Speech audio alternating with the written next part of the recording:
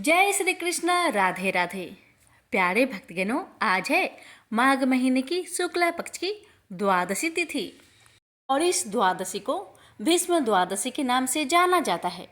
शास्त्रों में कहा गया है कि भीष्म द्वादशी के दिन व्रत करने से घर में सुख समृद्धि का वास होता है। संतान प्राप्ति के लिए की कामना के लिए इस दिन महिलाएं श्री कृष्ण की पूजा करती है। सनातन परंपरा में भीष्म द्वादशी के दिन की जाने वाली साधना आराधना सारे मनोरथ को पूरी करने वाली मानी गई है। आइए जानते हैं कि भीष्म द्वादशी 2024 की डेट, पूजा मुहूर्त और इस दिन का महत्व, और साथ में श्रवण करेंगे कथा। इस साल भीष्म द्वादशी 20 फरवरी 2024 को है। इसी दिन जय एकादशी का व्रत भी रखा जाएगा। माघ माह के शुक्ला पक्ष की अष्टमी पर भीष्म पितामह ने अपने प्राण त्यागे थे और इसके 3 दिन बाद ही द्वादशी पर भीष्म पितामह के लिए तर्पण और पूजा का विधान है, इसलिए ये दिन बहुत खास माना जाता है। माघ शुक्ला एकादशी तिथि की शुरुआत 20 फरवरी 2024 सुबह 9:55 से, माघ शुक्ला द्वादशी तिथि की समापन 21 फरवरी 2024 सुबह 11:27 पर। भीष्म द्वादशी व्रत महत्व। भीष्म द्वादशी व्रत सब प्रकार का सुख और वैभव देने वाला होता है। इस दिन उपवास करने से समस्त पापों का नाश होता है। इस दिन श्री हरि की पूजा करने से सौभाग्य में वृद्धि, संतान आदि का सुख प्राप्त होता है। भीष्म द्वादशी पर पितरों का तर्पण करने से घर में खुशहाली आती है। पितृ दोष के अशुभ प्रभाव खत्म होने लगते हैं। अब आइए जानते हैं भीष्म द्वादशी की पूजन विधि।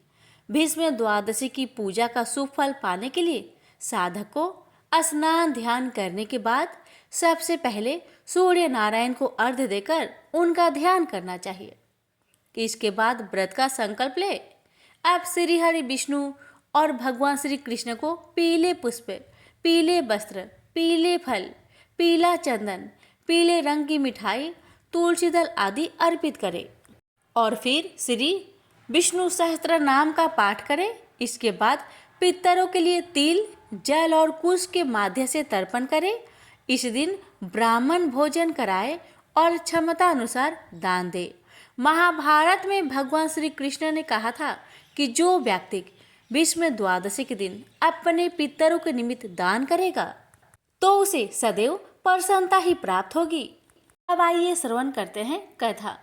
महाभारत की कथा अनुसार हस्तिनापुर में शंतनु नामक राजा और उनकी पत्नी गंगा के पुत्र देवव्रत थे। देवव्रत के जन्म के बाद अपने वचन के मुताबिक गंगा संतानों को छोड़कर चली जाती है। संतानु अकेले रह जाते हैं। एक बार राजा शंतनु जब सत्यवती नाम की कन्या से भेंट होती है, सत्यवती के रूप पर मोहित हो जाते हैं। उनसे विवाह के लिए आग्रह करते हैं। राजा शंतनु सत्यवती के पिता के सामने विवाह का प्रस्ताव रखा। उनके पिता के शर्त रूप में उनके सामने सत्यवती की संतान ही राज्य की उत्तराधिकारी बनने की शर्त रखे। राजा शंतनु इस शर्त को अस्वीकार कर देते हैं, परंतु पुत्र देवव्रत को जब इस बात का पता चलता है तो वह अविवाहित रहने का संकल्प लेते हैं और सत्यवती की संतानों को राज्य का उत्तराधिकारी होने का वचन देते हैं। इसके बाद सत्यवती का विवाह शंतनु से होता है। पुत्र की कठोर प्रतिज्ञा सुनकर राजा शंतनु देवव्रत को इच्छा मृत्यु का वरदान देते हैं। इस प्रतिज्ञा के कारण ही देवव्रत को भीष्म नाम प्राप्त होता है। माघ मास में शुक्ला पक्ष की द्वादशी तिथि को भीष्म द्वादशी का समय तर्पण और पूजा पाठ के लिए बहुत महत्वपूर्ण होता है। इस दिन स्नान दान का भी अत्यंत शुभ फल मिलता है। इस दिन को तिल द्वादशी भी कहते हैं, इसलिए इस दिन तिलों का दान और सेवन दोनों ही कार्य उत्तम होते हैं। मान्यता है कि पांडवों ने इस दिन पितामह भीष्म का अंतिम संस्कार किया था, इसलिए इस दिन को पितरों के लिए तर्पण और श्राद्ध करना शांति प्रदान करने वाला होता है। मान्यता है कि भीष्म द्वादशी के दिन उपवास रखने से व्यक्ति की मनोकामनाएं पूर्ण होती है, जीवन में सुख समृद्धि की प्राप्ति होती है। इस द्वादशी के दिन भगवान विष्णु का पूजन भी किया जाता है।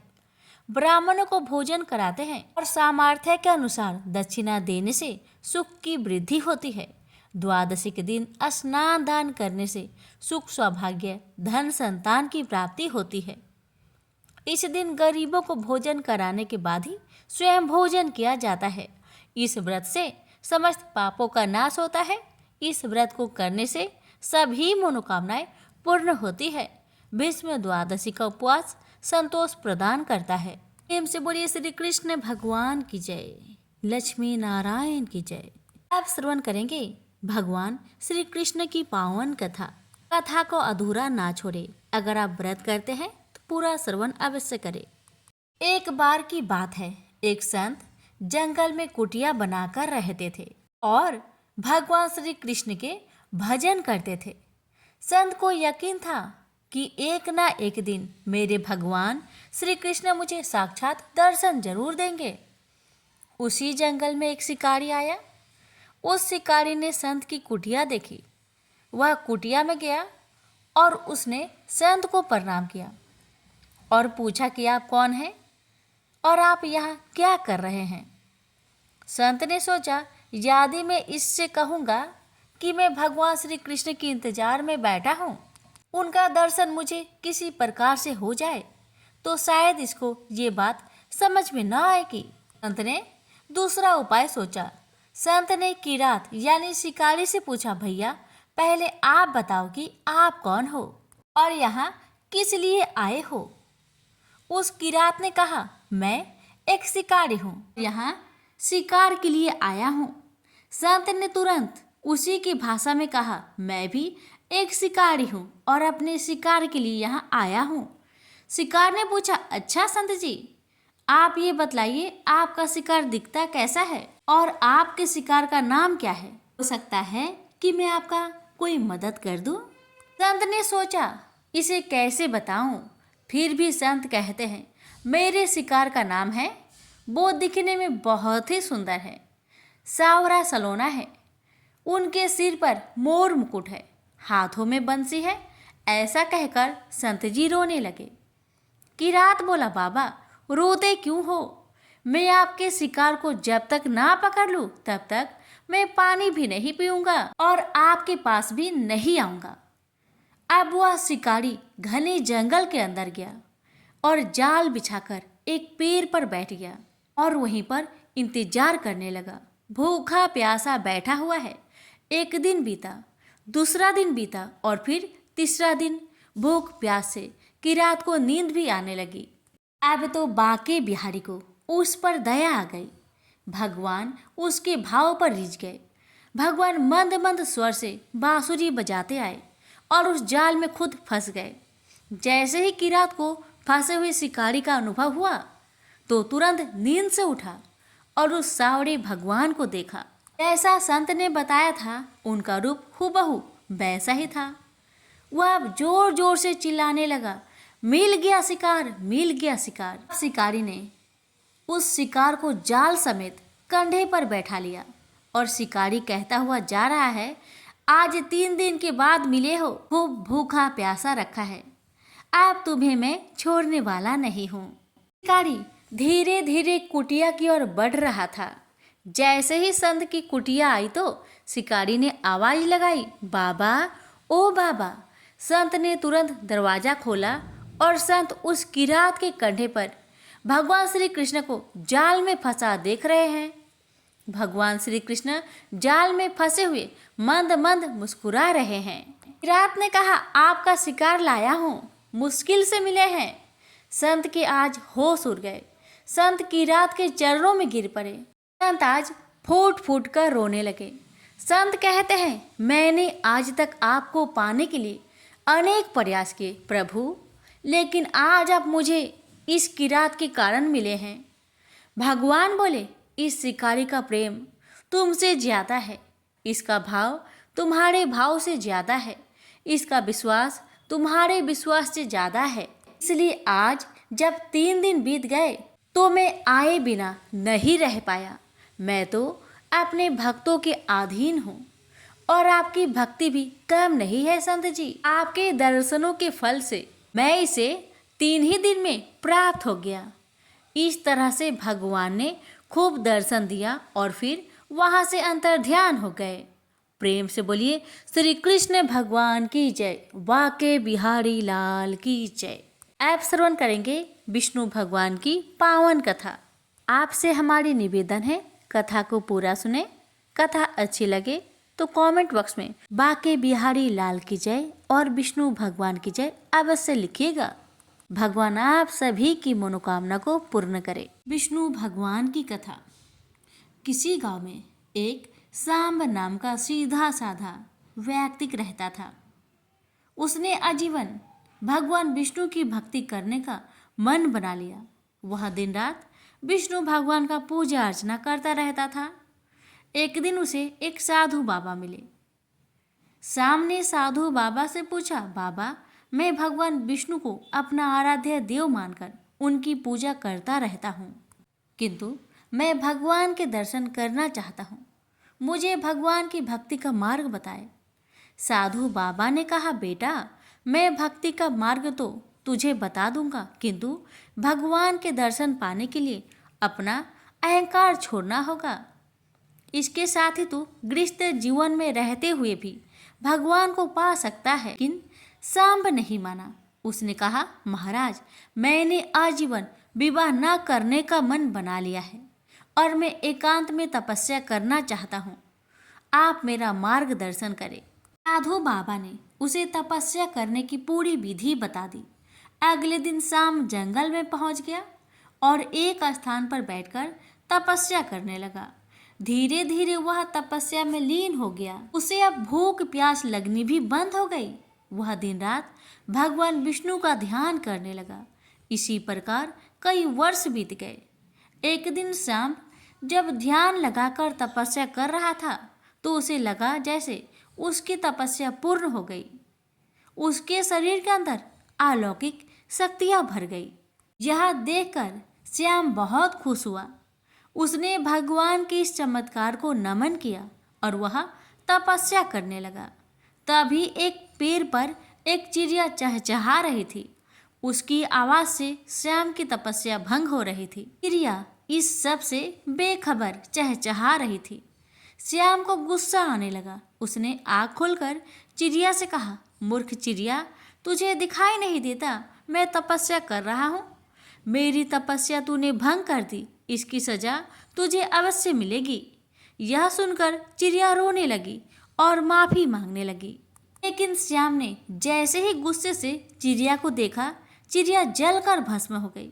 यह देखकर श्याम बहुत खुश हुआ। उसने मन ही मन कहा, इस संसार में मुझसे शक्तिशाली और ज्ञानी कोई नहीं है।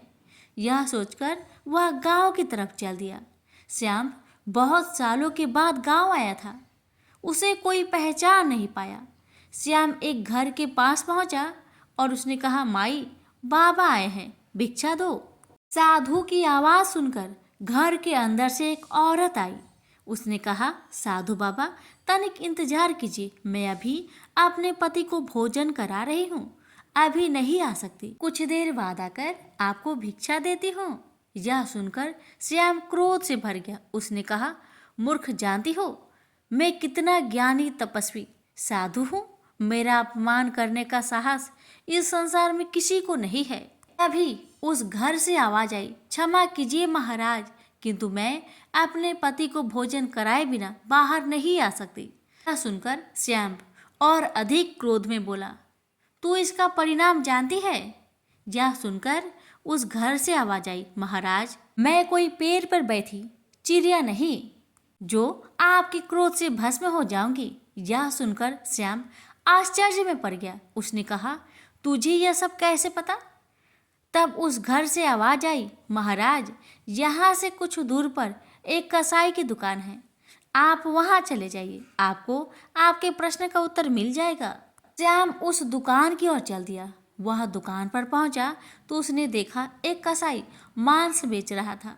श्याम को देखकर वह दुकान से बाहर आया। श्याम उससे पूछता, उससे पहले ही कसाई ने कहा, महाराज, आपको उस औरत ने भेजा है जो अपने पति को भोजन करा रही है।